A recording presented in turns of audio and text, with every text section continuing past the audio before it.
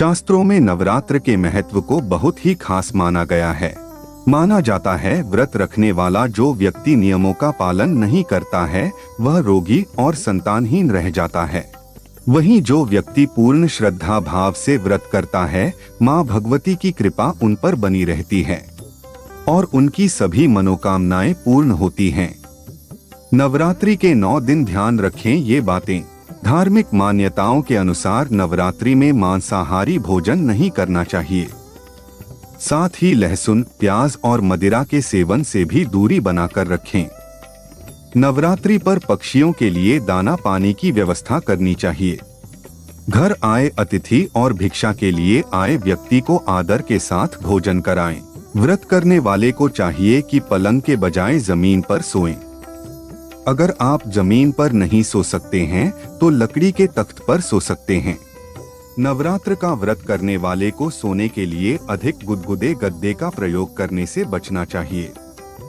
हो सके तो 9 दिन बिना गद्दे के सोएं। व्रत करने वाले को ब्रह्मचर्य का पालन करना चाहिए। इसके साथ ही अपने व्यवहार में क्षमा, उदारता और उत्साह का भाव रखना चाहिए। व्रत करने वाले को काम, क्रोध, लोभ और मोह से दूर रहना चाहिए।